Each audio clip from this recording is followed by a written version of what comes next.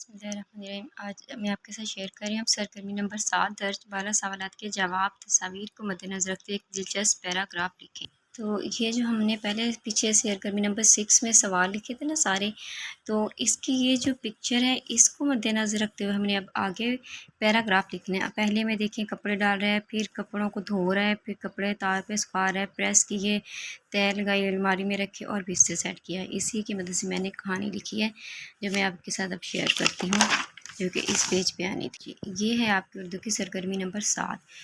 Paragraph ہے جی، میرا نام احمد ہے، میں ہاسٹل میں رہتا ہوں۔ آج جب صبح اٹھا تو میں نے دیکھا میرے کمرے میں سارے دھونے والے کپڑے بکھرے پڑے تھے، پہننے کو کوئی سوٹ نہ تھا۔ میں نے دیکھا آج واشنگ مشین ابھی تک خالی تھی۔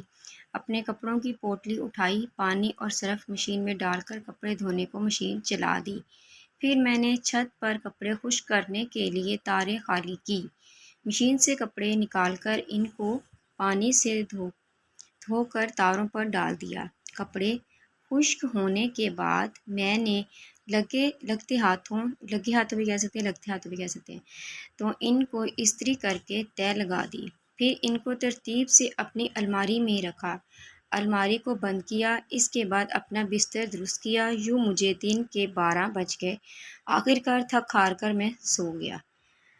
جی یہ آپ دیکھ سکتے ہیں، یہ انہوں نے کہا کہ آپ نے نا دلچسپ کہانی لکھنی ہے۔ یہ دیکھیے دلچسپ پیراگراف، تو اس کو میں نے تھوڑا سا اس لیے اس ورڈنگ میں لکھا ہے کہ دلچسپ بنا کے ہم نے اس کو لکھنا تھا۔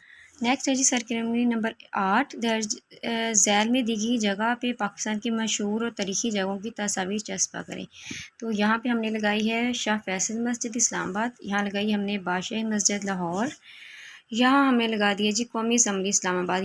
یہ بھی ہماری جو ہے نا ایک تاریخی ہی بن سکتی ہے کیونکہ یہ ہماری نیشنل اسمبلی ہے۔ اس کے بعد ہم نے یہاں لگائی ہے شاہی قلعہ لاہور۔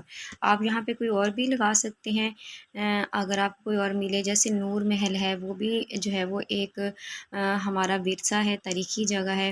اس کے علاوہ اور بھی بہت سارے مقامات ہیں جن کی آپ یہاں پہ لگا سکتے ہیں۔